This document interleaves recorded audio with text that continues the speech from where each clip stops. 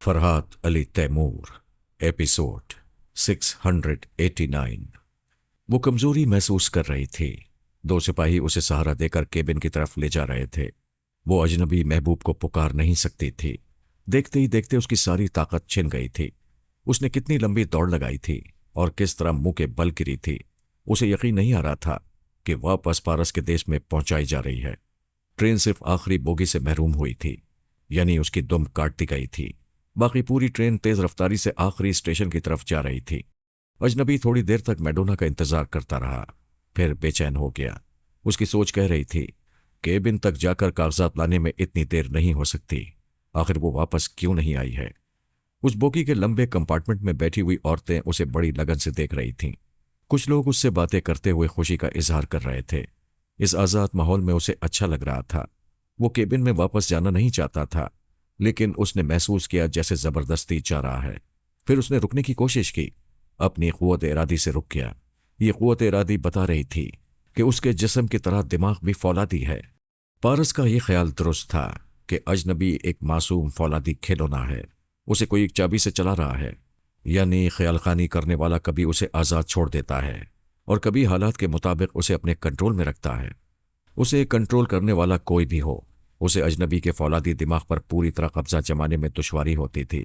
जब से अजनबी को रोबोट की हैसियत से तैयार किया गया होगा, तब से ये दुश्वारी पेश आती रही होगी। उसे तैयार करने वालों ने अच्छी तरह समझा होगा कि उससे नरमी से चुपके चुपके अपनी मर्जी के मुताबिक अमल कराया जा सकता है, लेकिन जबरन न तो उसे जिस्मानी तौर पर असीर किया जा सकता है, न दिमागी तौर पर। किसी ने फिर उसके दिमाग पर कब्जा जमा कर उसे केबिन की तरफ ले जाने की कोशिश की। वो झुंझला गया। समझ में नहीं आया कि ऐसा क्यों हो रहा है। उसने मुंह उठाकर मैडोना से पूछा, क्या तुम मेरे दिमाग में आकर मुझे खींच रही हो? मैं केबिन में नहीं आऊंगा। तब उसे मैडोना की आवाज और लहजा सुनाई दिया। मैं मुसीबत में हूं। मुझे कुछ लोग जबरदस्ती तुमसे छीन कर पेरिस ले जा रहे हैं। मुझे बचाओ। इस ट्रेन में आगे न जाओ। ये सुनते ही वो केबिन की तरफ जाने लगा। अभी उसके दिमाग में मैडोना ने कुछ नहीं कहा था। वो लेडी इंस्पेक्टर से मुसाफा करते ही ख्यालखानी के काबिल नहीं रही थी। उसे कंट्रोल करने वाले ने नाकाम होकर मैडोना की आवाज और लहजे का सहारा लिया था। उसे समझा दिया था कि इस ट्रेन में आगे नहीं जाना चाहिए। इसका मतलब था मैडोना को लिए बगैर सरहद पार भी नहीं जाना चाहिए। वो अंधाधुंध केबिन की तरफ जाते हुए स्टोन मार्क से टकरा गया। दोनों ने गिरते गिरते एक दूसरे को संभाल लिया। अजनबी ने पूछा, अरे तुम? पारस ने मुस्कुराते हुए कहा, मालूम होता है मुकद्दर ने हमें गिराने को नहीं, एक दूसरे को संभालने के लिए मिलाया है। सोनिया ने तन्वीमी नींद पूरी करने के बाद आंखें खोल दी। एक डैगर ने उस पर अमल किया था। उसे अपनी मामूला बनाकर अपनी दानिश में उसे अपना मुती और फर्मा बरदार बना लिया था। फिर सुपर मास्टर के पास जाकर कहा था, मैंने बहुत बड़ा कारनामा सर अंजाम दिया है। आज तक कोई 1 मिनट के लिए भी सोनिया पर काबू ना पा सका। मैंने 1 हफ्ते के लिए इसे अपनी कनीज बना लिया है। अब वो मेरे इशारों पर नाचेगी। सुपर मास्टर ने कहा, अभी मुझे यकीन नहीं आएगा, क्योंकि वो पूरी तरह मुट्ठी में आकर भी मुट्ठी से बाहर रहती है। उसकी मजबूरी और बेबसी के पीछे भी मक्कारी छुपी रहती है। वैसे मैं मायूस नहीं हूं। कभी फरहाद भी सोनिया की तरह नाकाबिले गिरफ्त था। जब हमारी तरफ से भेजी हुई मौत उसे गिरफ्तार करके ले गई, तो सोनिया कब तक खैर मनाएगी? अब उसके दिन भी पूरे हो चले हैं। डैगर ने कहा, उसकी तन्वीमी नींद पूरी हो चुकी होगी। मैं उसे कठपुतली की तरह नचाने जा रहा हूं। वो सोनिया के दिमाग में आ गया। उसकी आंखें खुली हुई थीं। वो सोच रही थी, मैं बेवक्त कैसे सो गई? फिर ये मेरा घर नहीं है। उसने दिमाग पर जोर डालकर सोचा तो याद आ गया, वो मैडम बेरी के घर में है। खाने की मेज पर उसने कमजोरी महसूस की थी। कोई उसे ख्यालखानी के जरिए एक बेडरूम में लाया था और उस पर तन्वीमी अमल किया था। उसके बाद उसे होश न रहा। अब आंख खुली है। वो उसी बेडरूम में है। क्या उस पर तन्वीमी अमल किया गया है? क्या वो किसी टेलीपैथी जानने वाले की मुट्ठी में आ गई है? वो जल्दी से उठकर बैठ गई। परेशान होकर बुड़बुड़ाने लगी, नहीं, मैं आजाद हूं, किसी की पाबंद नहीं हूं। मैडम बेरी ने मेरे खाने की चीज में कुछ मिलाकर मुझे कमजोर बनाया था। मैं उसे जिंदा नहीं छोड़ूंगी। दानिशमंदी यही है कि उस दुश्मन औरत को कत्ल करके यहां से फौरन चली जाऊं। वो बिस्तर से उठकर जाना चाहती थी, मगर उठकर खड़ी ना हो सकी। उसने दूसरी बार कोशिश की, मगर उसी तरह बैठी रही। फिर अपने दिमाग में किसी का कहकहा सुनाई दिया। उसने पूछा, कौन हो? कौन हो तुम? मेरा दिमाग फौलादी है, कोई मेरे अंदर नहीं आ सकता। بولو کون ہو تم؟ تمہارے فولادی دماغ میں پہنچنے کا اعزاز صرف مجھے حاصل ہے۔ تم آج تک ٹیلی پیتھی جاننے والوں کو تگنی کا ناچ نچاتی آئی ہو، آج سے میں تمہیں نچایا کروں گا۔ تم کون ہو؟ مجھے سپر ماسٹر سمجھ لو۔ تم میرے لیے جوجو اور ماریا کو لے کر اس ملک سے نکلو گی، جہاں میں کہوں گا وہاں انہیں پہنچاؤ گی۔ میں ان لڑکیوں کو بابا صاحب کے ادارے میں لے جاؤں گی۔ وہ ہنستے ہوئے بولا، تم اپنی مرضی سے ہل بھی نہیں سکتی، بستر سے اٹھ نہیں سکتی، پھر ان لڑکیوں کو کیسے لے جاؤ گی؟ تمہارا یہ تنویمی عمل کب تک مجھ پر مسلط رہے گا؟ یہ جب تک بھی رہے۔ اس مدت میں تم ہمارا کام کر چکی ہوگی۔ وہ پریشانی سے سوچنے لگی، پھر بولی، میں مانتی ہوں تم دنیا کے پہلے ٹیلی پیتھی جاننے والے شخص ہو جس نے مجھے بے بس کر دیا ہے، جبکہ فراد بھی اپنی زندگی میں کبھی میرے دماغ پر قبضہ نہ جما سکا۔ تم صحیح معنوں میں مرد ہو۔ عورت کسی زبردست کو ہی پسند کرتی ہے۔ میں سوچ رہی ہوں پتہ نہیں تم کتنی خوبیوں کے مالک ہو، پتہ نہیں میں تم سے کیوں متاثر ہو رہی ہوں۔ کیا تم خیال خانی کے ذریعے مجھے اپنی طرف مائل کر رہے ہو؟ میں قسم کھا کر کہتا ہوں کہ اپنی طرف سے زبردستی مائل نہیں کر رہا ہوں۔ تمہارا دل خود میری طرف جھک رہا ہے، اور یہ میری خوش نصیبی ہے۔ میں تمہارے چور خیالات پڑھ کر معلوم کر سکتا ہوں کہ تم کس حد تک مجھ سے متاثر ہو۔ ابھی میں تمہارے دماغ کو آزاد چھوڑ رہا ہوں۔ وہ بستر سے اٹھ کر کھڑی ہو گئی، شعوری طور پر سوچ رہی تھی کہ میڈم بیری کو زندہ نہیں چھوڑے گی، اور غیر شعوری طور پر یہ خیال قائم ہو رہا تھا کہ جس نے بھی مجھے قابو میں کیا ہے وہ جواں مرد ہے، اپنی آواز اور لہجے سے مجھے جیت رہا ہے۔ فرحاد کا لہجہ بھی ایسا نہیں تھا جیسا یہ زبردست ہے۔ ڈیگر خاموش رہ کر اس کے یہ چور خیالات پڑھ رہا تھا اور خوش ہو رہا تھا۔ وہ اسے فرحاد پر ترجیح دے رہی تھی۔ جس عورت کے دل پر فرحاد کے سوا کسی نے حکومت نہیں کی، آج اس کے دل پر ڈیگر کی جواں مردی کا سکہ چل رہا تھا۔ سونیا دنیا کی عجیب و غریب، حسین و ذہین اور ناقابل تسخیر عورت تھی۔ اسے تسخیر ہوتے دیکھ کر اور اپنی مردانگی پر عاشق پا کر ڈیگر کی کھوپڑی ہوا میں اڑنے لگی تھی۔ اگر سونیا کا عشق باہر سے نظر آتا تو وہ کبھی اس مکار عورت پر اعتبار نہ کرتا، لیکن وہ تو اندر سے اسے ٹٹول رہا تھا، اس کے چور خیالات پڑھ رہا تھا اور اس کے دھڑکتے ہوئے دل کو سمجھ رہا تھا۔ وہ دوسرے بیڈ روم میں آ کر ٹھٹک گئی۔ میڈم بیری پلنگ پر چاروں شانے چت پڑی ہوئی تھی۔ اس کا سر بستر کے سرے پر ڈھلکا ہوا تھا۔ صاف پتہ چل رہا تھا کہ وہ مر چکی ہے۔ سونیا نے زیر لب کہا، او گاڈ، یہ کیسے مر گئی؟ میں نے کھانے کے دوران اسے اعصابی کمزوری کی دوا دی تھی۔ یہ کمزور ہو سکتی تھی لیکن مر نہیں سکتی تھی۔ پھر کیسے مر گئی؟ کیا تم میرے دماغ میں ہو؟ کیا تم اس کی موت کا سبب بتا سکتے ہو؟ وہ دماغ میں خاموش تھا۔ اس طرح یہ تصدیق ہو رہی تھی کہ سونیا واقعی اسے دماغ میں محسوس نہیں کر رہی۔ اس پر تنویمی عمل بے حد کامیاب رہا تھا اور وہ بڑبڑا رہی تھی، میرا دماغ خالی ہے، کوئی میرے اندر نہیں ہے۔ میری بلا سے اس کی موت کی وجہ کچھ بھی ہو، مگر وہ میرے اندر سے کیوں چلا گیا اور میں خواہ اس کے متعلق کیوں سوچنے لگتی ہوں؟ وہ میرا کون لگتا ہے؟ وہ اپنے ہی خیالات کے متعلق چپ کے سوچنے لگی۔ مجھے یوں لگتا ہے جیسے فرحات ایک نئے روپ میں آ کر مجھے جیت رہا ہے۔ کاش وہ ایک بار پھر آئے اور اپنی بھاری بھرکم مردانہ آواز سنائے۔ کاش وہ پھر آ جائے۔ ڈیگر کی باچھیں کھلی ہوئی تھیں، دل خوشی سے لوٹ پوٹ ہو رہا تھا۔ اچانک اس کی خوشی کچھ مان پڑ گئی۔ سونیا سوچ رہی تھی، میں اس تسخیر کرنے والے سے دل لگا کر غلطی کر رہی ہوں، میری عقل ماری گئی ہے۔ مجھے پہلے ہی سمجھنا چاہیے تھا کہ سپر ماسٹر کے دو خیال خانی کرنے والے ہیں جو ٹیگر اینڈ ٹیگر کہلاتے ہیں۔ پتہ چلا ہے وہ جڑواں ہیں۔ میرے پاس ایک دل ہے، میں دو کو کیسے دے سکتی ہوں؟ نہیں، میں دونوں سے محبت نہیں کر سکتی، اور میری محبت کسی ایک کے لیے ہوگی تو دوسرا ڈیگر مجھے دماغی نقصان پہنچائے گا۔ یہ اچھا ہوا کہ میں نے ابھی اپنی محبت کا اظہار نہیں کیا، لیکن اظہار نہ کرنے سے کیا ہوتا ہے؟ یہ محبت جو قدرتی ہے، بھلا اسے میں کیسے کچل دوں؟ میں کن دو ڈیگروں کے درمیان الجھ گئی ہوں۔ ڈیگر بے چین ہو گیا۔ وہ وضاحت کرنا اور ثابت کرنا چاہتا تھا کہ وہی ایک سونیا جیسی افلاطونی عورت کا حقدار ہے۔ اس کامیابی میں دوسرے ڈیگر کا کوئی حصہ نہیں ہے، لیکن فوراً ہی اسے مخاطب کرنا مناسب نہیں تھا۔ وہ شبہ کرنے کا موقع نہیں دینا چاہتا تھا کہ دماغ میں خاموشی سے موجود ہے اور اس کے محبت بھرے خیالات پڑھتا رہا ہے۔ سونیا نے فون کا ریسیور اٹھا کر نمبر ڈائل کیے، پھر تاتیانا کی حیثیت سے کہا، میں میڈم بیری کے بنگلے سے بول رہی ہوں۔ یہاں ایک بیڈ روم میں اس کی لاش پڑی ہے۔ ایک پولیس کی جماعت یہاں اور دوسری جماعت نکولائی کے بنگلے میں بھیج دو۔ وہاں نکولائی اور راسپوٹین کی لاشیں ملیں گی۔ उसके बाद डैगर ने उसकी जबान रोक दी। फिर कहा, निकोलाई के बाथरूम में 2 माइक्रोफिल्में और दूसरे सबूत छुपा कर रखे गए हैं। उनके मुतालिक कोई रिपोर्ट न देना। वो माइक्रोफिल्में हमारे सुपर मास्टर के बहुत काम आएंगी। सोनिया ने निकोलाई के बाथरूम के बारे में कुछ नहीं कहा, सिर्फ ये कहकर रिसीवर रख दिया कि वो दफ्तर पहुंचकर उन 3 लाशों की मुतालिक तफसीली रिपोर्ट देगी। फिर कहने लगी, क्या तुम मौजूद हो? हाँ, अभी आया हूं। मुझे खुशी है कि तुम अपने दिमाग पर कब्जा जमाने का मौका नहीं देती हो, उससे पहले ही मेरी बात मान लेती हो। वो कहने लगी, मेरी समझ में नहीं आता मैं तनवीमी अमल की वजह से बात मानती हूं या तुमसे मुतासिर होकर। नहीं नहीं, ये मैं क्या सोच रही हूं। वो हंसते हुए बोला, दिल की बात को जबान पर आने से ना रोको। दिल किसी के इख्तियार में नहीं रहता। ये तुम क्या कह रहे हो? ये ना भूलो मेरा नाम सोनिया है। मैं सोनिया को किसी दूसरी दुनिया की संगदिल औरत समझता था, मगर तुम्हारे चोर ख्यालात ने साबित कर दिया है कि तुम्हारे सीने में मोहब्बत करने वाली औरत का दिल है, और ये दिल अब मेरे लिए धड़कने लगा है। ओ गॉड, तुम क्या मेरे अंदर छुपे हुए थे?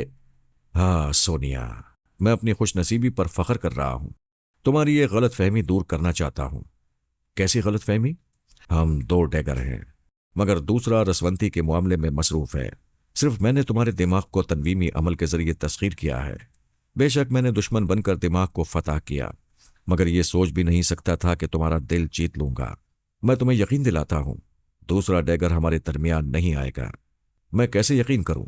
तुमने मेरे दिमाग को कमजोर बना दिया है। दूसरा डैगर मेरे अंदर आकर हमारी मोहब्बत का राज मालूम कर लेगा। इससे क्या होता है? मैं इतनी जल्दी अपने दिल का मामला दुनिया वालों को नहीं बताना चाहती। पहले मैं समझना चाहूंगी कि तुम फराज से भी ज्यादा मोहब्बत करते हो और मेरे लिए बड़ी से बड़ी कुर्बानी दे सकते हो। तुम जब भी चाहो मेरी मोहब्बत को आजमा सकती हो। क्या खाक आजमाऊंगी?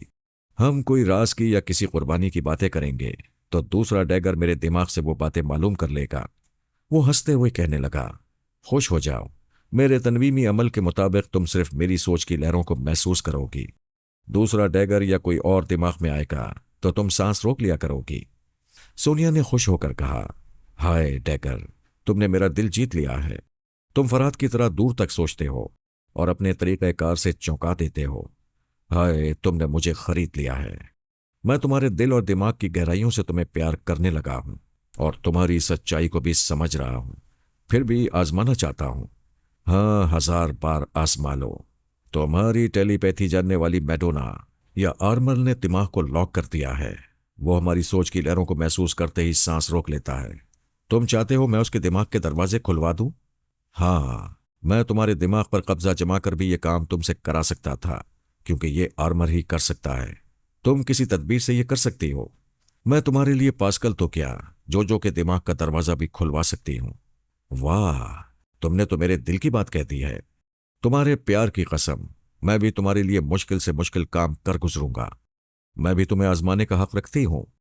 हाँ हाँ, 1000 बार आजमाओ। क्या मेरे साथ सारी जिंदगी गुजारोगे? जिंदगी क़यामत तक की हो तो क़यामत तक तुम्हारा साथ नहीं छोड़ूंगा, लेकिन हमारी जिंदगी पर हमारा हक होगा या हम दूसरों के महकूम रहेंगे? भला हम किसी के महकूम क्यों रहेंगे? तुमने मेरी और फरहाद की हिस्ट्री पढ़ी होगी। हमने किसी भी सुपर पावर के लिए काम नहीं किया। अगर सुपर मास्टर की कोई अच्छी बात लगी तो उसे मान लिया। मास्कमैन ने कोई मुनासिब बात कही तो उसे भी तस्लीम किया। अगर दोनों ने हमारे मिजाज के खिलाफ कोई कदम उठाया तो हमने मुंह तोड़ जवाब दिया। हम कभी बाबा साहब के इदारे में भी पाबंद नहीं रहे। हमने हमेशा आज़ाद रहकर इतनी बड़ी दुनिया में अपना अलग मकाम बनाया है। तुम किस तरह अपना मकाम पैदा करना चाहते हो? इस दुनिया में सर बुलंद रहने के लिए किसी एक बड़ी ताकत से दोस्ती रखना चाहिए, वरना फरहत की तरह बेमौत मरना पड़ता है। जिसे तुम बेमौत कह रहे हो उसे इज्जत की मौत कहते हैं, जो गुलामी की जिंदगी से 1000 दर्जे बुलंद होती है। मैं समझ गया, तुम हमारे सुपर मास्टर के खिलाफ हो। मैं तो मास्क मैन के भी खिलाफ हूं। तंजीम वालों ने कई बार मुझे और फरहाद को बुलाकर दोस्ती करनी चाहिए। हमने दोस्ती के पीछे छुपी हुई दुश्मनी का भांडा फोड़ दिया। तुम्हें याद ना हो तो अपने सुपर मास्टर के रिकॉर्ड में देखो। हमने कई बार उन सुपर ताकतों की बराए नाम दोस्ती का पोल खोला है। मैं ठोस तजुर्बात की बुनियाद पर तुम्हारे सुपर मास्टर की मुखालफत कर रही हूं, और उसकी मुखालफत में मास्क मैन से दोस्ती करने को नहीं कह रही हूं। चूंकि तुमसे मोहब्बत करती हूं, इसलिए आज़ादी की राह पर ले जाना चाहती हूं। तुम्हें मेरी नेक नियति पर शुबा है तो एक नहीं 1000 बार मेरे पोशीदा ख्यालात पढ़ सकते हो। तुमने मुझे दोराहे पर लाकर छोड़ दिया है। मैं तुम्हारी नेक नियति को पूरी तरह तस्लीम करता हूं। तुम मुझे आज़ादी, खुद मुख्तारी और इज्जत से जीने का रास्ता दिखा रही हो। सबसे बड़ी बात यह कि आइंदा तुम्हारे नाम के साथ मेरा नाम आया करेगा। सारी दुनिया मुझ पर रश करेगी, लेकिन सुपर मास्टर को छोड़ना होगा। जरा सोचो, उसका मुझ पर एहसान है। एहसान यही कि ट्रांसफार्मर मशीन से गुजार कर तुम्हें टेलीपैथी सिखाई गई। अगर ये टेलीपैथी गलत कामों के लिए सिखाई गई है तो तुम पर एहसान नहीं बल्कि जुल्म किया है। तुम्हारी टेलीपैथी ने फरहाद की बेवा को अगवा किया, अब उसकी बहू जोजो को अगवा करना चाहती है। हमारे टेलीपैथी जानने वालों ने माओ, बहनों और बेटियों की इज्जत और जान और माल की हिफाजत की है। अब ये फैसला करो कि सुपर मास्टर के एहसान को देखोगे या टेलीपैथी के जायज इस्तेमाल को अहमियत दोगे। तुम्हारे सही फैसले से ही हमारी मोहब्बत और दोस्ती की गाड़ी आगे बढ़ेगी। अच्छा, मुझे गौर करने का मौका दो। हाँ, जरूर गौर करो। जितना सोचोगे समझोगे उतना ही सच्चाई का चेहरा वाजे होता रहेगा। मैं तुम्हारा इंतजार करूंगी। वो दिमाग से चला गया। उसने जाने की बात नहीं कही थी, मगर सोनिया समझ गई थी। उसके दिमाग में चोर ख्यालात का जो खाना था, वहां तक टेलीपैथी जानने वाले नहीं पहुंच सकते थे। वो खाना बंद रहता था और ख्यालखानी करने वाले जहां तक पहुंचते थे और वहां तक के तमाम ख्यालात पढ़कर मुतमईन हो जाते थे कि उन्होंने निहायत अहम चोर ख्यालात पढ़ लिए हैं। उसके दिमाग के बंद तहखाने में क्या था, वो क्या चक्कर चला रही थी, ये वक्त से पहले किसी की समझ में नहीं आ सकता था। फिलहाल समझने के लिए इतना ही काफी था कि सुपर मास्टर दोनों डैगर के जरिए बड़ी आसानी से तातियाना को बेनकाब करके सोनिया का चेहरा दिखा सकता था। उसे रूस के आनी कले में बेमौत मार सकता था। लेकिन वो जमाने भर की मक्कार अपने दुश्मनों को पानी पिला पिला कर मारती थी। मैं फरहाद अली तैमूर आईने के सामने हूं। जब हम आईने के सामने होते हैं तो गोया अपने सामने हम ही होते हैं, कोई दूसरा नहीं होता। अगर होता तो उस दूसरे को भी आईने के मुकाबिल आना पड़ता, लेकिन मैं वहां तन्हा था और अपने सामने आईने में एक रोशन चेहरे वाले शख्स को देख रहा था जो मुझसे मुशाबत रखता था। चेहरे पर हल्की हल्की सुनहरे रंग की दाढ़ी थी जो चेहरे की रौनक और आंखों के नूर में इजाफा कर रही थी। पहले मेरी शख्सियत में नूर और तकद्दुस का ऐसा दिलकश इम्तिजाज नहीं था। मैं खुद को बड़ी मुश्किल से पहचान रहा था। मैं अपनी दास्तान तफसील से सुनाता आ रहा हूं, लेकिन ये वजाहत से नहीं बता सकूंगा कि मुझ में ऐसी इनकलाबी तब्दीली कैसे आ गई। मैं एक अय्याश दुनियादार आदमी था और मौजूदा शख्सियत दीनदार जैसी हो गई है। मेरा जाहिर ही नहीं, बातिन भी बदल गया है। मेरे अंदर ये ख्वाहिश नहीं है कि महंगा लिबास पहनूं, ज्यादा से ज्यादा कीमती कार में बैठूं और रास्ता चलते हसीन चेहरों का नजारा करूं। मेरी आंखें हैं मगर हुस्न बुझ गया है, हकीकत का नजारा रह गया है। मेरा दिल है मगर दिल में कोई तमन्ना नहीं है। दुखी इंसानों के लिए धड़कनें रह गई हैं। मेरा दिमाग है, इस दिमाग में टेलीपैथी की सलाहियतें बदस्तूर हैं, मगर किसी के ख्यालात पढ़ने का तजस्सुस नहीं है। हिंदू अकीदे के मुताबिक इसे मेरा दूसरा जन्म कहा जा सकता है। इस जन्म में मेरी आत्मा वही है, सिर्फ जाहिर और बातिन बदल गया है। इस्लामी अकीदे के मुताबिक यह हयात बादस तौबा है। एक मुसलमान तौबा करते हुए कहता है, ए रब्बुल आलमीन, मेरी तौबा कबूल कर ले, मेरे पिछले गुनाहों को मुआफ कर दे। मैं आज से नई जिंदगी शुरू करूंगा और इंतहाई अजाब से और दुनियावी आजमाइशों से गुजरते हुए नेकी और सच्चाई का दामन नहीं छोड़ूंगा। हाँ, ये मेरी हयात बादस तौबा है और मुझे बेशुमार जानलेवा आजमाइशों से गुजरना है और खुद को समझना है कि मैं तौबा पर कब तक कायम रहता हूं। रात का वक्त है, मैं सोने जा रहा हूं। मेरे कानों में ऐसी आवाजें आ रही हैं जैसे मेरे कॉटेज के बाहर कुछ लोग दबे कदमों चल रहे हैं। मुझे बहुत ज्यादा तजस्सुस में मुब्तला नहीं होना चाहिए। यहां कोई भी ना आए। मैं न किसी के लेने में हूं न देने में। लेकिन सोचने की बात यह है, इस वीरान और घने जंगल में कौन लोग हैं जो दबे पांव आ रहे हैं। भटके हुए मुसाफिर नहीं हो सकते, क्योंकि यहां से करीब तरीन आबादी कोई 1200 मील के फासले पर है। इधर से कभी कोई पैदल नहीं गुजरता। ये सांप, बिच्छू और जंगली जानवरों का खौफनाक इलाका है। मैं जब से यहां हूं तब से मैंने एक ही इंसान देखा है और वो मुझे आईने में नजर आता है। मैं आईने के पास से पलट गया, आहिस्ता आहिस्ता चलता हुआ खिड़की के पास आ गया। बाहर जंगल की भयानक तारीकी में कुछ नजर नहीं आ रहा था। भारी भरकम बूटों की हरकत करती हुई आवाजें सुनाई दे रही थीं। और ये समझ में आ गया था कि मेरे कॉटेज को चारों तरफ से घेरा जा रहा है। आने वाले टॉर्च की रोशनी कर सकते थे, लेकिन वो किसी वजह से मोहतात थे। कॉटेज के दूसरे कमरों में अंधेरा था। मैं जिस कमरे में खड़ा हुआ था वहां केरोसिन ऑयल का लैंप रोशन था। दरवाजे के पट लगे हुए थे, लेकिन दरवाजा अंदर से बंद नहीं था। जंगल में रिहाइश का एक फायदा है, आदमी दरवाजा खुला रखकर सो सकता है। चोर डाकू जंगली जानवरों के डर से नहीं आते, और जंगली जानवर आदमियों के खौफ के बाइस मकान के करीब से नहीं गुजरते। वैसे भी डाकुओं के लिए मेरे कॉटेज में कुछ नहीं था। फिर किसी की गरजती हुई आवाज सुनाई दी। यहां कौन है? मेरी आवाज सुनो और जवाब दो। यहां कितने लोग हैं? वो गरजने वाला अपने दिमाग के दरवाजे मेरे लिए खोल चुका था, लेकिन ख्यालखानी जरूरी नहीं थी। अभी थोड़ी देर में मालूम होने वाला था कि कौन बोल रहा है और क्या चाहता है। मैं इत्मीनान से चलता हुआ दरवाजे के पास आ गया। वो फिर गरज कर बोला, इस कॉटेज को चारों तरफ से घेर लिया गया है। किसी ने बाहर निकलकर भागने की हिमाकत की तो उसे गोलियों से छलनी कर दिया जाएगा। जवाब दो, यहां कितने अफराद हैं? मैंने बुलंद आवाज में जवाब दिया, मैं तन्हा हूं। एक अरसे बाद अपने अलावा तुम्हारी आवाज सुन रहा हूं। हम कैसे यकीन करें कि तुम तन्हा हो? मैं यकीन दिलाने के लिए बाहर आ रहा हूं। जरूर आओ, मगर दोनों हाथ उठाए रखो। मैंने दरवाजे के पट खोलकर दोनों हाथ उठा दिए। दहलीज पार करके बरामदे में आया। मुझ पर चारों तरफ से टॉर्च की रोशनियां पड़ने लगीं।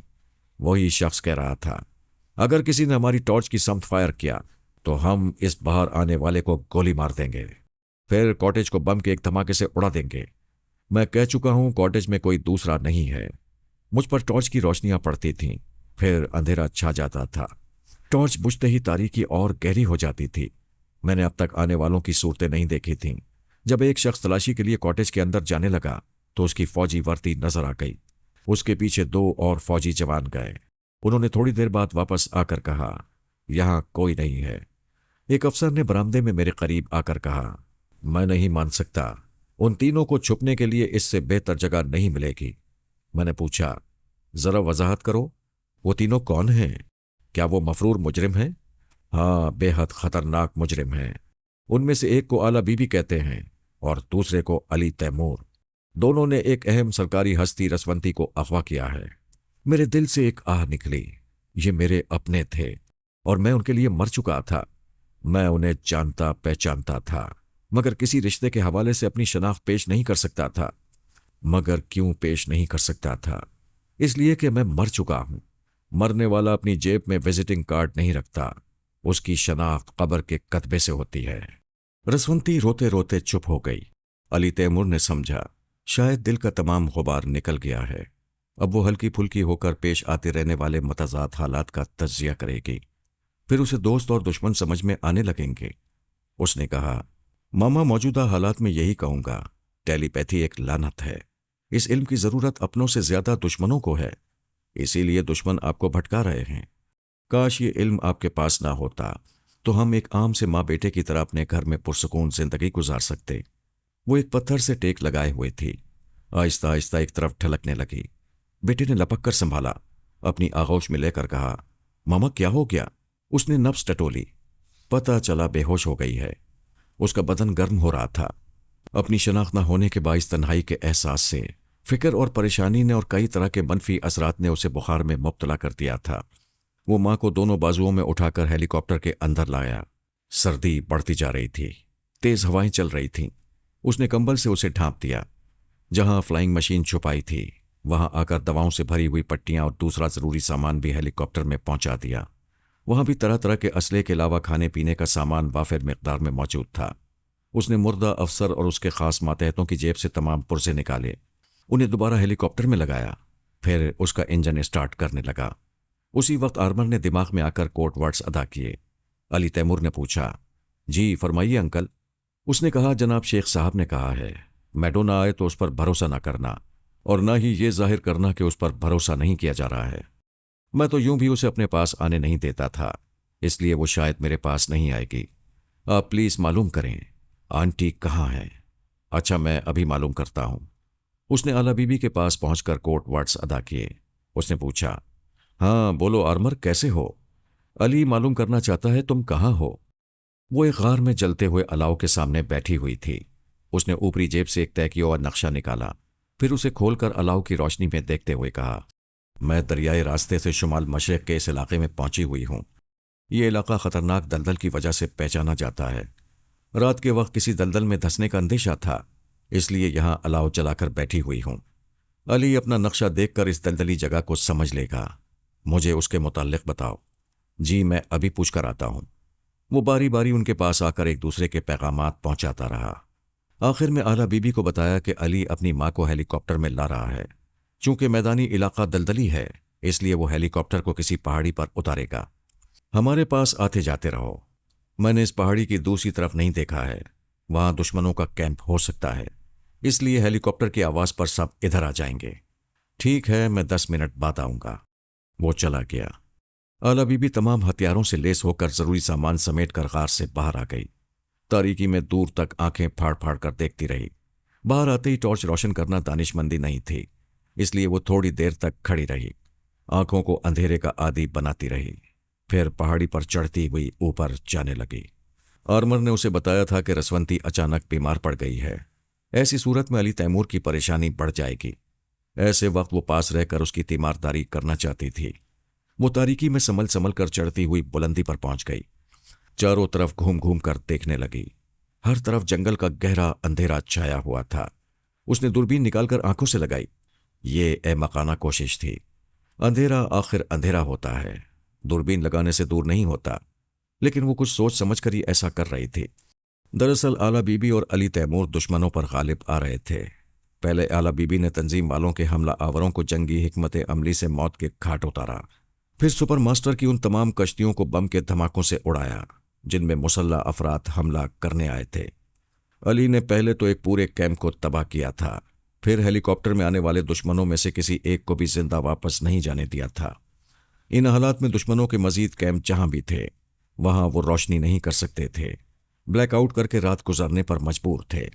आला बीबी ये सोचकर दूरबीन से देख रही थी कि इस कड़कड़ाती सर्दी में उन्होंने खेमों के अंदर आग सुलगाई होगी या किसी खेमे को किचन बनाया होगा जहां आग जरूर जलाई गई होगी।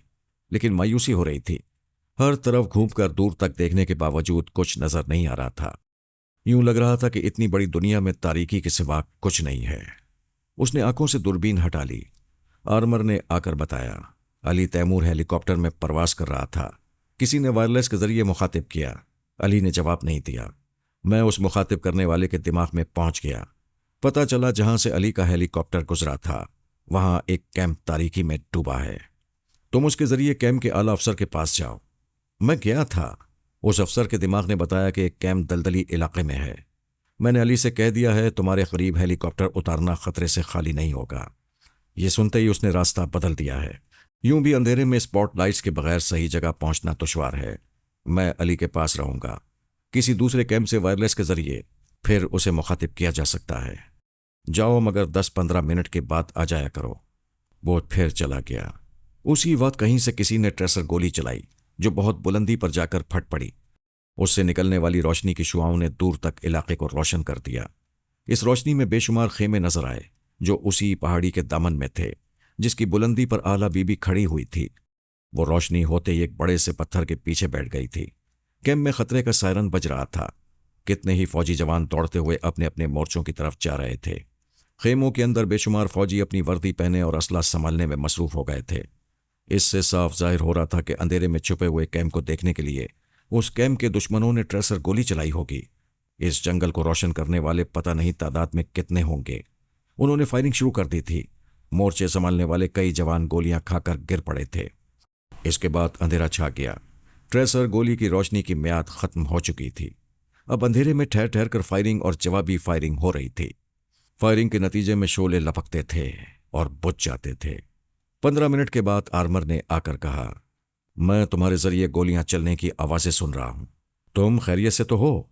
हाँ, मालूम होता है तंजीम वालों के मुसल्ला अफराद ने सुपर मास्टर के फौजियों पर हमले किए हैं। ट्रेसर लाइट में फौजियों का कैंप वासे हो गया था। तुम्हारे लिए वहां खतरा है। मैं यहां से दौड़ती हुई ज्यादा से ज्यादा दूर जा रही हूं। अली से कहो हेलीकॉप्टर ले आए। वो लोग कैंप में अभी लड़ते रहेंगे। वो पत्थर के पीछे से निकलकर तेजी से एक तरफ जाने लगी। तारीकी में दौड़ना मुनासिब नहीं था। बहुत दूर जाने के बाद उसने पेंसिल टॉर्च रोशन की। फिर उस रोशनी में रास्ता देखती हुई दौड़ने लगी। पहाड़ी के ऊपर किसी दलदली मकाम का अंदेशा नहीं था। अलबत्ता एक रीछ से सामना हो गया। यहां वो अपनी खामोशी बरकरार न रख सकी। उसे राइफल इस्तेमाल करनी पड़ी। रीछ तो 2 गोलियां खाकर पहाड़ी से लुढ़कता हुआ चला गया, लेकिन फायरिंग की आवाज दूर तक गूंजती गई थी। कैंप से गोलियां चलने की आवाजें नहीं आ रही थीं। फायरिंग का वक्फा हुआ था। इसी वक्फे ने फौजियों को और तंजीम वालों को सोचने पर मजबूर किया होगा कि पहाड़ी पर से कौन गोलियां चला रहा है और किस पर चला रहा है। वक्फा खत्म हो गया था। फायरिंग फिर शुरू हो गई, क्योंकि लड़ने वाली दोनों पार्टियां फैसला कुन जंग के इख्तिताम पर ही पहाड़ी की तरफ जा सकती थीं। फिर बहुत दूर से हेलीकॉप्टर की आवाज सुनाई थी। 1 मिनट बाद ही आर्मर ने आकर कहा, अली आ रहा है। उसे फायरिंग के जलते बुझते शोले नजर आ रहे हैं। तुम सिग्नल दो। उसने पेंसिल टॉर्च आसमान की तरफ रोशन कर दी। उसी लम्हे किसी ने ललकार कर कहा, तुम जो कोई भी हो, इस तरह सिग्नल देते रहो। टॉर्च जैसे ही बुझेगी हम चारों तरफ से गोलियां चलाएंगे। तुम छलनी हो जाओगे। वो एक बड़े से पत्थर के पास खड़ी हुई थी। उसने टॉर्च को उसी तरह पत्थर पर खड़ा किया। उसे खड़ा रखने के लिए 2 छोटे पत्थरों का सहारा लिया। इस दौरान कोई कह रहा था, हम समझ रहे हैं तुम हेलीकॉप्टर को सिग्नल दे रहे हो। इसका मतलब है तुम सुपर मास्टर के आदमी हो, क्योंकि हमारे हेलीकॉप्टर रात को परवास नहीं करते हैं। बहरहाल कोई चालाकी दिखाने की हिमाकत न करना। आला बीबी जमीन पर लेट गई थी। उसने अंदाजा कर लिया था कि बोलने वाला कहाँ है। वो आहिस्ता आहिस्ता उधर रेंगती जा रही थी। बोलने वाला चौकन्ना था। उसने कान लगाकर सुना, फिर दबी आवाज में कहा, जेरी, कितनी बार समझाया है, ऐसे वक्त हरकत ना किया करो, तुम गलतफहमी में मारे जाओगे। आला बीबी ने आवाज की सामत निशाना लिया। फिर ठाई की आवाज के साथ एक चीख उभरी। जेरी को समझने वाला खुद निशाना बन चुका था। आला बीबी ने एक जानिब लुढ़कते हुए पत्थर के ऊपर रखी हुई पेंसिल टॉर्च को गोली मार दी। टॉर्च नीचे गिर पड़ी। अब अली तैमूर धोखा नहीं खा सकता था। सिग्नल के गड़बड़ होते ही वो होशियार हो गया होगा। उसी वक्त आर्मर ने आकर पूछा, टॉर्च क्यों बुझ गई है? मैं दुश्मनों में घिर गई हूं। अली से कहो हेलीकॉप्टर वापस ले जाए। उसने जहां से गोली चलाकर टॉर्च गिराई थी, वहां कई जगह से फायरिंग हो रही थी। उसने जवाबी फायरिंग की हिमाकत नहीं की। इत्मीनान से एक जगह जलते बुझते शोलों को गिनती रही। इस तरह उनकी तादाद मालूम हो गई। एक की मौत के बाद 6 रह गए थे, और वो 6 कहीं ना कहीं छुपे हुए थे। उसने आहिस्तगी से गन एक तरफ रखी, फिर एयर शूटर को शाने से उतारा। उस शूटर से तीर चलाने पर आवाज नहीं होती थी, और न ही अंधेरे में शोले उभरते थे। उसने एक पत्थर उठाकर एक तरफ फेंका। पत्थर जहां धप से गिरा, उस जगह गोलियां चलने लगीं। फायरिंग के दौरान 2 चीखें उभरी। 2 दुश्मन यके बाद दीगरे तीरों का निशाना बन गए। किसी को पता न चल सका मौत कहां से आई थी। अंधेरे में मरने वाले साथी दिखाई नहीं दे रहे थे, वरना उनके जिस्मों में पेवस्त होने वाले तीर बता देते कि दुश्मन कितना हाजिर दिमाग है। पहले पेंसिल टॉर्च को बड़े से पत्थर पर रखकर धोखा दिया। अब खामोशी से तीर बरसा रहा है। एक पत्थर के पीछे से आवाज आई। वो अपने साथी से कह रहा था, अब कोई आवाज आए तो अंधाधुंध फायर न करो, दुश्मन हमारी उजलत से फायदा उठा रहा है। आर्मर वापस आ गया था। बोलने वाली की आवाज सुनते ही उसके दिमाग में पहुंच गया था। फिर उसने आला बीबी के पास आकर पूछा, मुझे बताओ मैं किस तरह काम आ सकता हूं? अपने शिकार के दिमाग में जाओ, उसके जरिए गोली चलाओ। मैं चीख मारूंगी। मेरी आखिरी चीख पर वो पत्थरों के पीछे से निकल आएंगे। तुम उसी के जरिए किसी एक दुश्मन को हलाक कर सकते हो। मुझे माफ कर दो। तुम जानती हो मैं किसी दुश्मन को बद्दुआ भी नहीं देता, फिर उस पर गोली कैसे चला सकता हूं? हाँ, मैं भूल गई थी। जिस हद तक काम आ सकते हो, जाओ उसी हद तक कुछ करो। वो चला गया। चंद दमों के बाद ही पत्थर के पीछे से गोली चली। औला बीबी ने फौरन ही चीख मारकर एक पत्थर को नशेब में लुढ़का दिया। किसी ने कहा, अरे ये तो औरत की चीख है। दूसरे ने तायीद की, हाँ औरत है, नीचे लुढ़कती गई है। तीसरे ने कहा, फिर तो ये रसवंती या आला बीबी होगी। कितनी ही टॉर्चें नशेब के जानिब रोशन हो गईं। इस रोशनी में बड़ी खामोशी से तीर चले। फिर एक एक करके 3 दुश्मन नशेब में लुढ़कते चले गए।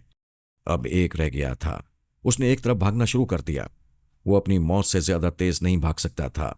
कमान से निकले हुए तीर ने उसे भी औंधे मुंह गिरा दिया। आर्मर ने कहा, मैं किस दुनिया में जी रहा हूं, और कब तक दोस्तों और दुश्मनों की मौत का तमाशा देखता रहूंगा? आला बीबी, तुम औरत हो, तुम्हारा दिल ऐसा पत्थर कैसे हो जाता है? पहले ये इत्मीनान करके आओ, उनमें से कोई बचा भी है या नहीं। नहीं, वो 6 थे। तुमने बड़ी बेदर्दी से उन्हें मौत के घाट उतार दिया है। तुमने पहले क्यों नहीं बताया कि तुम्हें दुख पहुंचेगा? मैं उनसे कहती, लो मुझे मार डालो, लेकिन हमारे आर्मर को खुश रहने दो। क्या बात कर रही हो?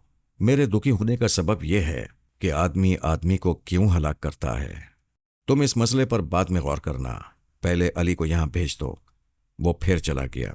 اعلیٰ بی بی نے گہرا سانس لے کر سوچا، آرمر کا دکھ ہر انسان کا دکھ ہے، لیکن انسان نما درندوں پر نصیحتیں اثر نہیں کرتی۔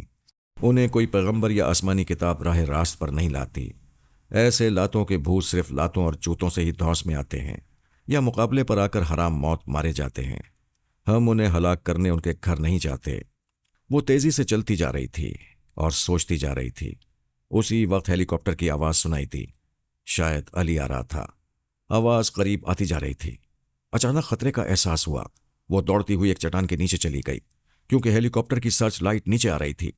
آرمر نے ابھی تک علی کے واپس آنے کی تصدیق نہیں کی تھی۔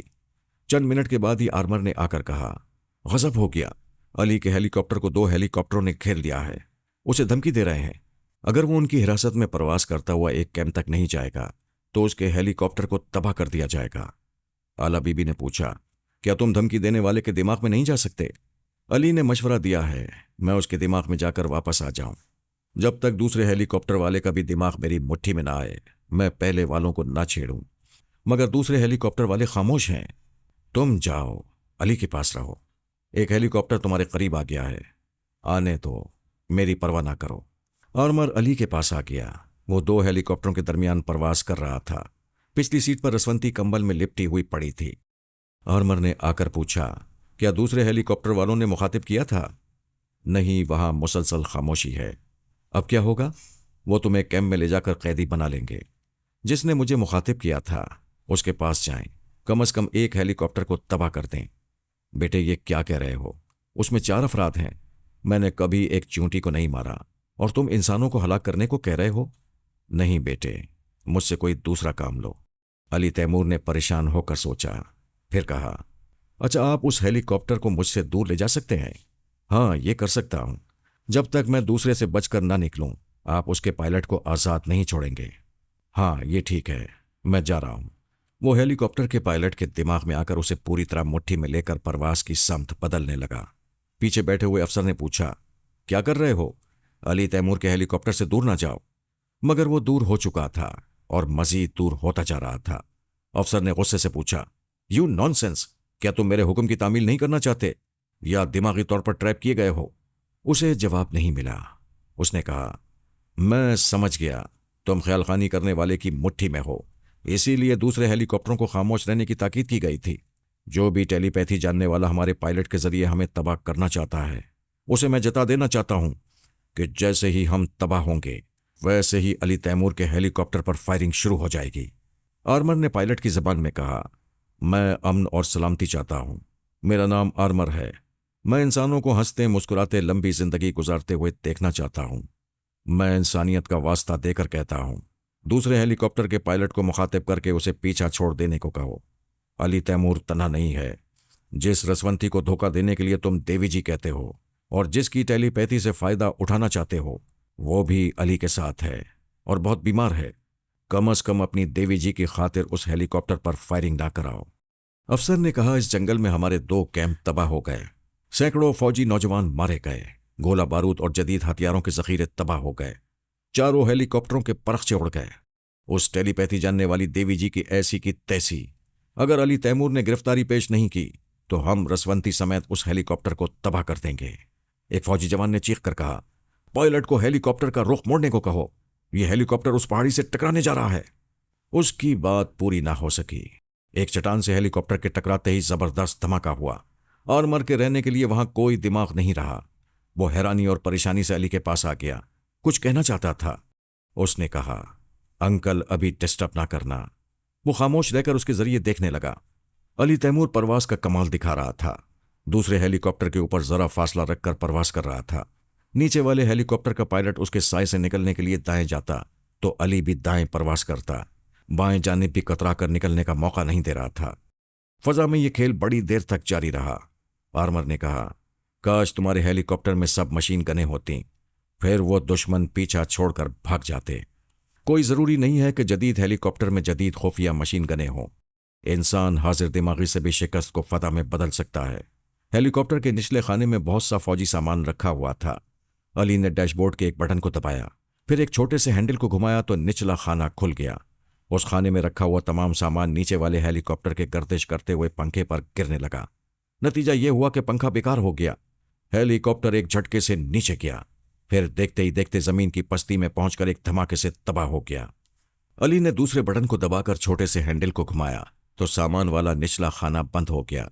آرمر نے کہا، او گاڈ، میں سوچ بھی نہیں سکتا تھا تم اس طرح اپنا بچاؤ کرو گے، جبکہ تمہارے بچنے کی کوئی صورت نہیں تھی۔ انکل، آپ دوسرے ہیلی کاپٹر کے متعلق بتائیں، کیا اسے دور بھٹکا دیا ہے؟ وہ بھی تباہ ہو گیا ہے۔ پھر تو آپ نے پہلی بار ایسا کمال دکھایا ہے۔ میں قسم کھا کر کہتا ہوں، میں نے اسے تباہ نہیں کیا ہے۔ میں پائلٹ کے دماغ پر قبضہ جما کر افسر کی باتیں سن رہا تھا۔ ہیلی کاپٹر کیسے پہاڑی سے ٹکرا گیا، میری سمجھ میں نہیں آیا۔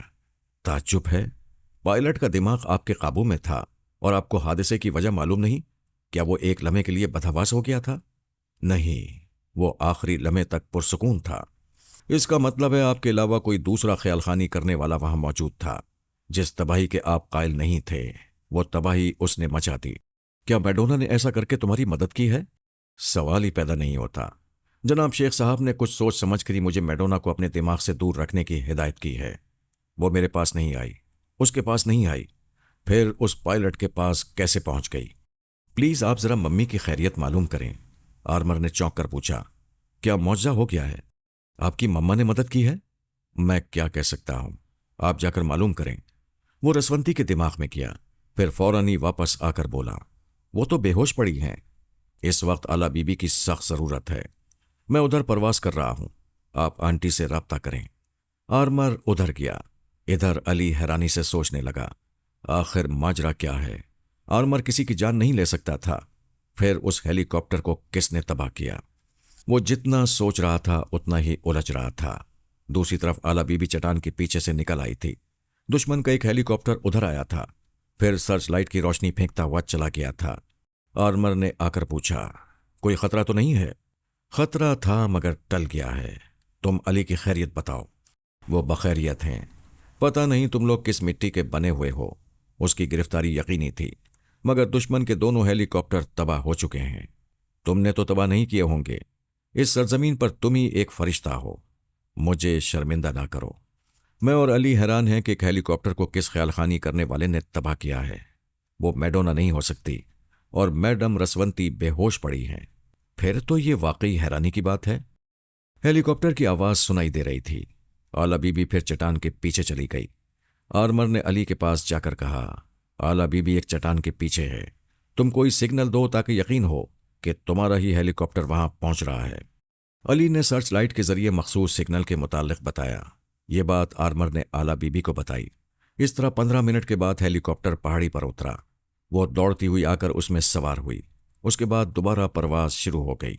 اعلیٰ بی بی سیدھی رسونتی کے پاس آ گئی۔ اس کی نبض تھام کر دوسرے ہاتھ سے پیشانی کو چھو کر دیکھا۔ اس کا بدن چل رہا تھا۔ وہ بے ہوش نہیں تھی، اگر پہلے تھی تو اب ہوش میں آ رہی تھی۔ بخار کی زیادتی سے بے سود پڑی ہوئی تھی۔ اعلیٰ بی بی بخار کم کرنے کے طبی طریقوں پر عمل کرنے لگی۔ وہاں دواؤں کی کمی نہیں تھی۔ یہ الجھن نہیں سلجھی تھی کہ پہلے ہیلی کاپٹر کو کس نے تباہ کیا تھا۔ قصہ یوں ہے کہ رسونتی بخار میں تپ رہی تھی، کمبل میں لپٹی ہوئی سوچ رہی تھی، میں کس مصیبت میں پڑ گئی ہوں؟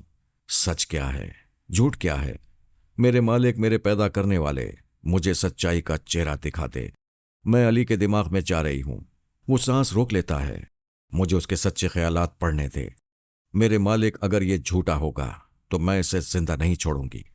یہ سوچ کر وہ خیال خانی کی پرواز کرنا چاہتی تھی، لیکن بیماری کے باعث تھک گئی، پرواز نہ کر سکی۔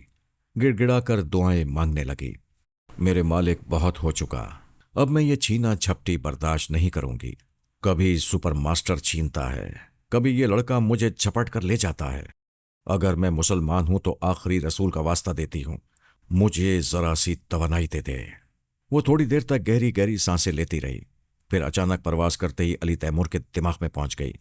وہ سانس روک لیتا تھا، لیکن اس وقت آرمر دماغ میں تھا، اس لیے ماں کی سوچ کی لہروں کو محسوس نہ کر سکا۔ آرمر کہہ رہا تھا، میں کبھی ایک چونٹی کو نہیں مارتا ہوں، پھر ہیلی کاپٹر کے آدمیوں کو کیسے ہلاک کر سکتا ہوں؟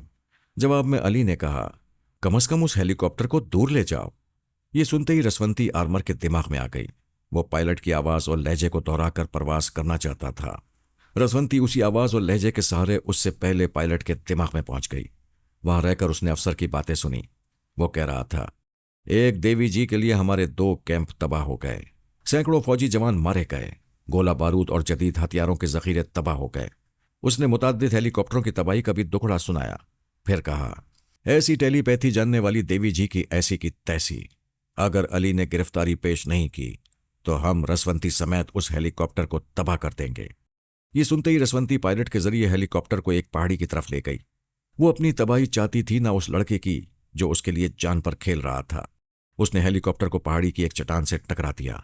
उसके बाद निढाल सी होकर दिमागी तौर पर हाजिर हो गई। बीमारी और कमजोरी के बाइस खुद को संभाल न सकी, गफलत के अंधेरों में डूबती चली गई। आला बीबी, आर्मर और अली तैमूर भी इस गुत्थी को सुलझा नहीं सकते थे। कई टॉर्चें रोशन होती थीं। उनकी रोशनियां मुझ पर आती थीं, फिर बुझ जाती थीं। उसके बाद गहरी तारीकी छा जाती थी। हयात इंसानी का यही खुलासा है।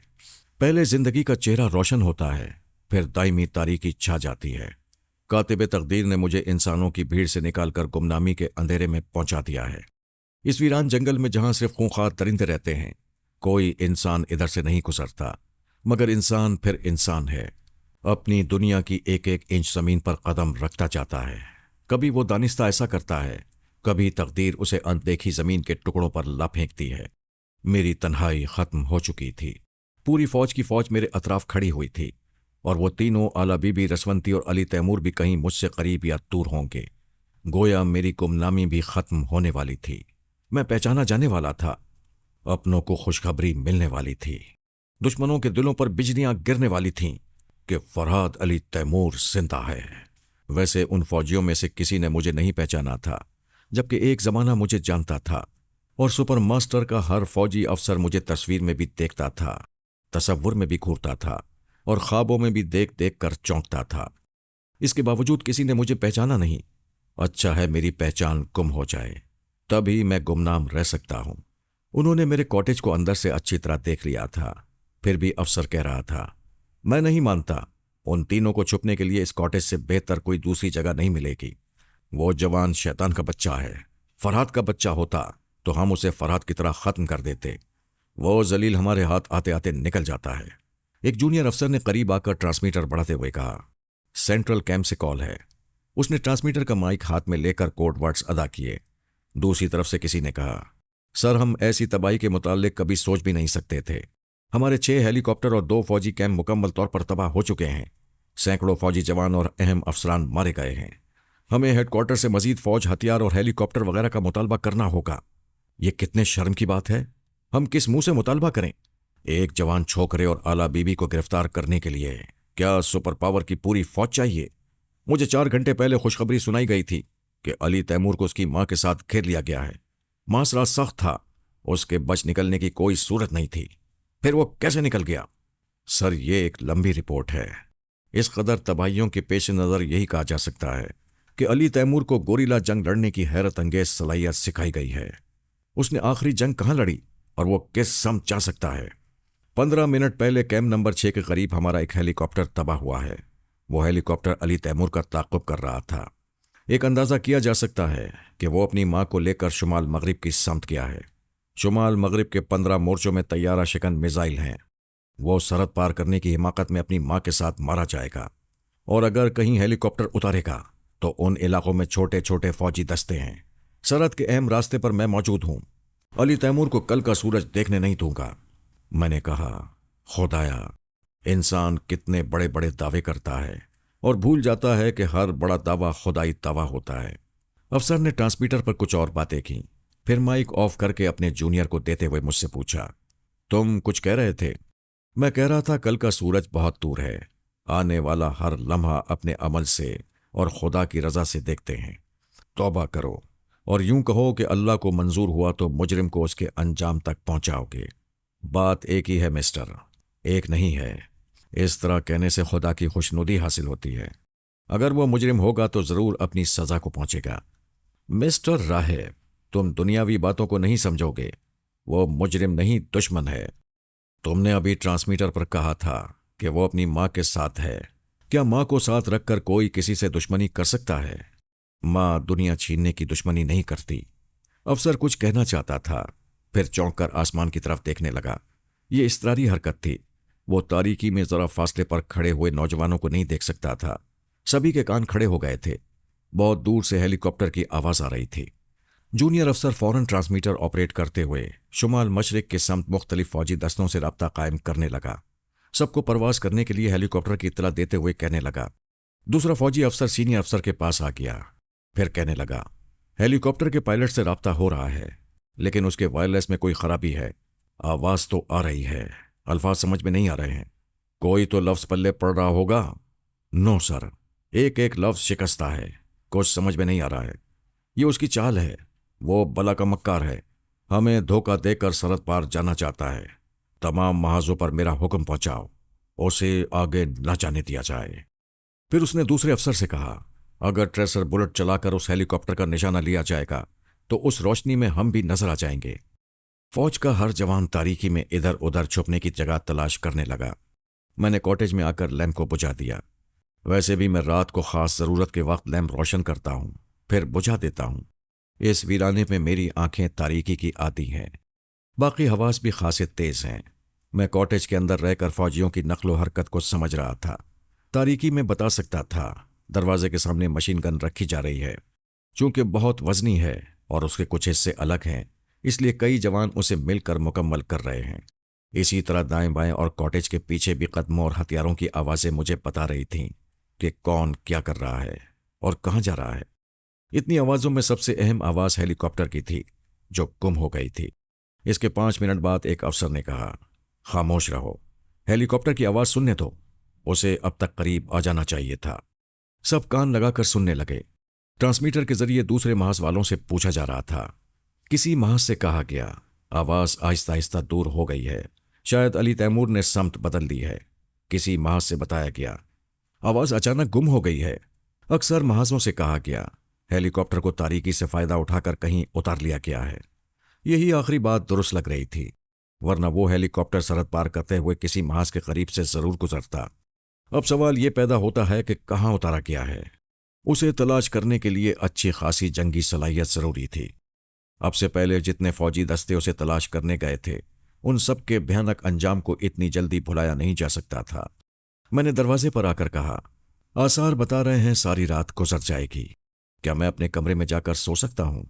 अफसर फौजी अंदाज में चलता हुआ करीब आया, फिर कहने लगा, तुम अभी सो नहीं सकते, मेरी नजरों में मशकूक हो। उसने अंदर आकर टॉर्च रोशन की, फिर कहा, नॉनसेंस, तुम्हारे कमरे में बैठने के लिए एक कुर्सी भी नहीं है? मैंने पूछा, क्या कुर्सी की अदम मौजूदगी मुझे मशकूक बना रही है? नॉनसेंस, मैंने ये तो नहीं कहा, मेरे सवाल का जवाब दो। तुम कौन हो?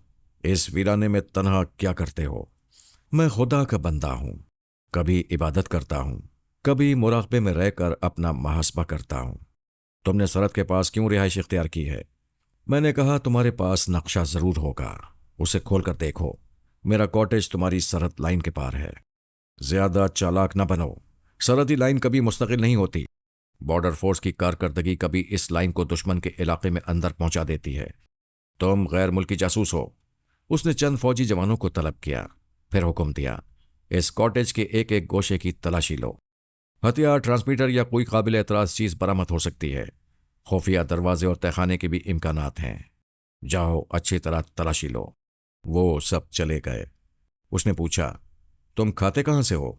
अल्लाह ताला जंगल में भी रिस्क पहुंचा देता है। यहाँ ताज़ा फल और हलाली जानवर कसरत से हैं। तुम यहाँ खुफिया सरगर्मियों में मसरूफ रहते हो। तुम्हारा किसी से मुस्तकिल रब्ता रहता है। मुझसे ना छुपाओ। इसमें छुपाने की क्या बात है? अल्लाह से इबादत के जरिए रब्ता रहता है। यू शट अप, अभी तुम्हारी असलियत मालूम हो जाएगी। थोड़ी देर बाद जवानों ने आकर कहा, सर, इसके पास सोने के लिए एक चारपाई, पहनने के चंद कपड़े, खाने के 2-4 बर्तन, एक आईना, एक लैंप और जूतों के 2 जोड़े हैं। हथियारों में सिर्फ एक चाकू है, बाकी पूरा कॉटेज खाली है। फर्श कच्चा है, तहखाने का इम्कान नहीं है। इतने बड़े कॉटेज में सिर्फ एक दरवाजा है जिसे हम इस्तेमाल कर रहे हैं। अफसर ने कहा, मैं ऐसे गैर मुल्की जासूसों के हथकंडे खूब समझता हूं। इस कॉटेज की छत पर जाओ, आसपास के घने दरख्तों और झाड़ियों में तलाश करो। ایسی جگہوں پر ٹرانسمیٹر اور ہتھیار چھپا کر رکھے جاتے ہیں۔ وہ تمام جوان حکم کی تعمیل کے لیے باہر چلے گئے۔ میں دوسرے کمرے کی طرف جانے لگا۔ وہ ٹارچ روشن کر کے بولا، رک جاؤ۔ میں نے کہا، سوری، میں وقت پر سونے کا عادی ہوں۔ تمہیں رپورٹ مل چکی ہے۔ یہاں کوئی قابل اعتراض چیز نہیں ہے اور نہ ہی کوئی خفیہ دروازہ ہے۔ میں باہر نہیں جا سکوں گا۔ مجھے قیدی سمجھو۔ میں اپنی خوشی سے تمہاری قید میں ہوں۔ یہ کہتے ہی میں نے سوچا اس کے دماغ میں جاؤں اور اپنے اوپر سے پابندیاں اٹھانے پر اسے مجبور کر دوں، لیکن میں ایسا نہ کر سکا، حالانکہ خیال خانی میری گٹھی میں پڑی ہوئی ہے۔ جناب شیخ صاحب مجھے ایسی ہی گھٹی میں پڑی ہوئی عادتوں سے بچانا چاہتے تھے۔ انہوں نے پابند کیا تھا کہ میں دنیاوی معاملات سے حتی الامکان دور رہوں گا۔ جب حالات ناگزیر ہوں تب کسی معاملے سے نمٹ کر پھر الگ ہو جاؤں گا۔ اس کے لیے لازمی تھا کہ نہ میں کسی کو اپنا سمجھوں نہ پرایا۔ کسی کے لیے زیادہ محبت اور درد محسوس کروں گا تو جذبات میں بہہ کر ان کے کام آتا رہوں گا۔ یوں دنیاوی معاملات پھر مجھے الجھا دیں گے۔ ایک پابندی یہ تھی کہ میں خامخواہ دوسروں کے خیالات نہ پڑھوں، اپنے کسی مقصد کے لیے بھی کسی کے دماغ میں نہ جاؤں۔ جب حالات بہت مجبور کریں اور خیال خانی نہایت ضروری ہو جائے تو میں خود کو ظاہر کیے بغیر ایسا کر سکتا ہوں، یعنی میں ان تمام طریقوں پر عمل کرتا رہوں جن سے میری پہلی شخصیت بالکل بجھ کر رہ جائے۔ میرے اس عمل سے جناب شیخ صاحب میرے قلب کی صفائی چاہتے ہیں، لہٰذا کچھ عرصہ یہی صحیح۔ میں ان کی نصیحتوں پر عمل کرتے ہوئے محسوس کر رہا ہوں کہ قلب کی صفائی سے شخصیت میں نکھار آتا ہے، صلاحیتیں بھی تیز تر ہو جاتی ہیں، اور ہماری گناہوں اور جرائم سے بھری ہوئی دنیا میں نیکی اور شرافت کی تھوڑی سی پہچان ہو جاتی ہے۔ میں فوجی افسر سے نیکی اور شرافت کے ساتھ پیش آ رہا تھا۔ آئیں یہ تماشا بھی دیکھ لیتے ہیں کہ میری یہ تبدیلی دوستوں اور دشمنوں میں کوئی خوشگوار تبدیلی لا سکتی ہے یا نہیں۔ میں جناب شیخ صاحب کی ہدایت پر عمل کرتے ہوئے افسر کے دماغ میں نہیں کیا۔ جب نہایت ضروری سمجھوں گا تو چاہوں گا۔ ابھی دیکھنا ہے وہ کیا کرتے ہیں اور میں کس حد تک انہیں برداشت کر سکتا ہوں۔ میں دوسرے کمرے میں آ کر بستر پر بیٹھ گیا۔ باہر افسر کی آواز آ رہی تھی۔ وہ اپنے ماتحت افسر سے کہہ رہا تھا، یہاں دروازے پر 2 جوانوں کی ڈیوٹی لگاؤ، راہب پر کڑی نظر رکھو، اسے کاٹیج سے باہر نہ نکلنے دو۔ اسے اطمینان ہو گیا تھا کہ یہاں چور دروازہ نہیں ہے، میں چھپ کر نہیں جا سکوں گا اور نہ ہی کسی سے رابطہ قائم کر سکوں گا۔ میں نے بستر پر پلتی مار کر آنکھیں بند کی اور رابطہ قائم کر لیا۔ میں جناب شیخ صاحب کے سامنے پلتی مار کر بیٹھا ہوا تھا۔ وہ میرے سامنے اسی انداز میں بیٹھے ہوئے تھے۔ ہماری زبان چپ تھی، لب ساکت تھے، آنکھیں ایک دوسرے کو دیکھ رہی تھیں، دماغ آپس میں بول رہے تھے۔ میں نے کہا، میرا علی بڑے مصائب سے گزر رہا ہے، پتہ نہیں کتنی صحبتیں اٹھانے کے بعد سرحد کے قریب پہنچ رہا ہے۔ اگر میں تھوڑی سی مدد کر دوں تو وہ اپنی ماں کے ساتھ آپ کی خدمت میں پہنچ جائے گا۔ انہوں نے پوچھا، کیا وہ مدد کے لیے کسی کو پکار رہا ہے؟ خدا کو پکارتا ہوگا۔ کیا خدا اس کی سن رہا ہے؟ جی ہاں، وہ اب تک کامیاب و کامران رہا ہے۔ تو پھر تمہاری کیا ضرورت ہے؟ حضور، بچہ پکارے یا نہ پکارے، ماں باپ اپنے جذبوں کی چیخ و پکار میں اس کی دستگیری کو دوڑتے ہیں۔ اگر تم بے دست و پا ہوتے، اپنی جگہ سے ہل نہ سکتے، تب کیا کرتے؟ دعا کرتا، یعنی تب خدا یاد آتا، تب خدا پر بھروسہ ہوتا۔ بھروسہ ابھی نہیں ہے، بھروسہ پہلے بھی ہوتا ہے، بعد میں بھی ہوتا ہے۔ پہلے ہم خدا کو اس لیے زیادہ یاد نہیں کرتے کہ اپنی جد و جہد میں مصروف رہتے ہیں۔ پہلے ہم دعا کم اور دوا زیادہ کرتے ہیں، کیونکہ خدا اس کی مدد کرتا ہے جو اپنی مدد آپ کرتا ہے۔ بے شک علی اپنی مدد آپ کر رہا ہے، خدا اس کے ساتھ ہے۔ یہ بتاؤ تم کیا چیز ہو؟ میں اس کا باپ ہوں، اس کے لیے تڑپتا ہوں، راستے کے کانٹے ہٹانا چاہتا ہوں۔ افسوس تم اپنی موت کو بھول گئے۔ کتنی دھوم سے تمہارا جنازہ اٹھا تھا، ایک دنیا نے دیکھا تھا۔ تم نے بھی اپنی موت کا یقین کرتے ہوئے ایک نئی زندگی کا عہد کیا تھا، ایسی زندگی جو صرف خدا کے لیے ہوتی ہے۔ اس کی عبادت سے وقت ملے تو پھر بندوں کے لیے ہوتی ہے۔ میں عبادت سے فارغ ہو چکا ہوں، ایک بندے کے کام آنا چاہتا ہوں۔ تم روز عبادت سے فارغ ہوتے ہو۔ تمہیں پتہ ہے اس جنگل میں جگہ جگہ جنگ جاری ہے، لوگ مرتے ہیں، زخمی ہوتے ہیں۔ کسی کے زخم پر مرہم رکھنے کیوں نہیں گئے؟ یہ خود غرضی ہے کہ صرف بیٹا تڑپا رہا ہے اور کسی بندے کا درد نہیں پکار رہا ہے۔ جناب، کسی زخمی کی آواز کانوں میں آئے یا اس کا پتہ چلے تو میں اس کی مدد کے لیے ضرور جاؤں گا، خواہ وہ دشمن ہی کیوں نہ ہو۔ ابھی میرے بیٹے کی آمد کی اطلاع ملی ہے، اس لیے ادھر جانا چاہتا ہوں۔ آمد کی اطلاع ملی ہے لیکن وہ آیا نہیں ہے، اطلاع غلط ہو سکتی ہے۔ میں خیال خانی کی ایک جست میں بیٹے کے پاس پہنچ سکتا ہوں۔ مختلف کیمپوں سے کئی افسران نے ٹرانسمیٹر کے ذریعے گفتگو کی تھی۔ تم نے ان کی آوازیں یہاں کے افسر کے ذریعے سنی تھیں۔ تم ان کیمپوں کے افسران کے پاس جا کر ان کے زخمی فوجیوں تک پہنچ سکتے تھے، ان کے دماغوں میں رہ کر زخموں کی ٹیسوں کا احساس کم کر سکتے تھے۔ تم نے ایسا کیوں نہیں کیا؟ آپ سچائی منوا لیتے ہیں۔ میں مانتا ہوں یہ انسانی خود غرضی ہے۔ میں نے انسانوں کی دنیا سے دور رہ کر ایک عرصے بعد تڑپ محسوس کی، تو پہلے اولاد کے لیے۔ میں کیا کروں؟ آخر انسان ہوں۔ ساری زندگی گوشہ نشین رہ کر عبادت کرتا رہوں گا اور تمام انسانوں کو برابر سمجھتا رہوں گا۔ تب بھی ایک لمحے کے لیے گوشہ تنہائی سے نکلوں گا تو پہلے اولاد کی محبت پکارے گی۔ تو پھر جاؤ، تم آزاد ہو۔ میں نے حیران ہو کر پوچھا، آپ نے مجھ پر پابندیاں عائد کی تھیں؟ وہ قدرتی پابندیاں ہیں، تم پر آئندہ حاوی رہیں گی۔ آزاد ہو کر دیکھ لو تمہارے ساتھ کیا تماشا ہونے والا ہے۔ اب جاؤ۔ میں نے آنکھ کھولی۔ کمرے میں خاموشی تھی۔ میں اپنے بستر پر پلتھی مارے بیٹھا تھا۔ میرے دل میں مسرتیں بھری ہوئی تھیں۔ مجھے اپنے خون کے اور محبت کے رشتوں سے رابطہ قائم کرنے کی اجازت مل گئی تھی۔ میں ان کے کام آ سکتا تھا۔ میں پھر سے آزاد ہو گیا تھا۔ پتہ نہیں جناب شیخ صاحب نے یہ کیوں کہا تھا کہ پابندیاں انہوں نے نہیں لگائی تھیں، وہ قدرتی ہیں، اور میں آزادی کے بعد بھی پابندیوں میں رہوں گا۔ اور میں یہ ضرور دیکھنا چاہوں گا کہ مجھ جیسے منہ زور طوفان کو کس طرح کی پابندیاں روک سکیں گی۔ میں خود کو منہ زور طوفان کہہ کر اپنے منہ میاں مٹھو بن رہا ہوں۔ آئندہ ایسے بڑے بول نہیں بولوں گا، مگر آج میں اپنے آپ میں نہیں ہوں۔ مسرتوں کی انتہا برداشت نہیں کر پا رہا ہوں۔ مجھے ایک نئی زندگی ملی ہے۔ ایک عرصے بعد میں گمنامی کی قبر سے نکل رہا ہوں۔ آ رہا ہوں میرے بیٹے، میں آ رہا ہوں۔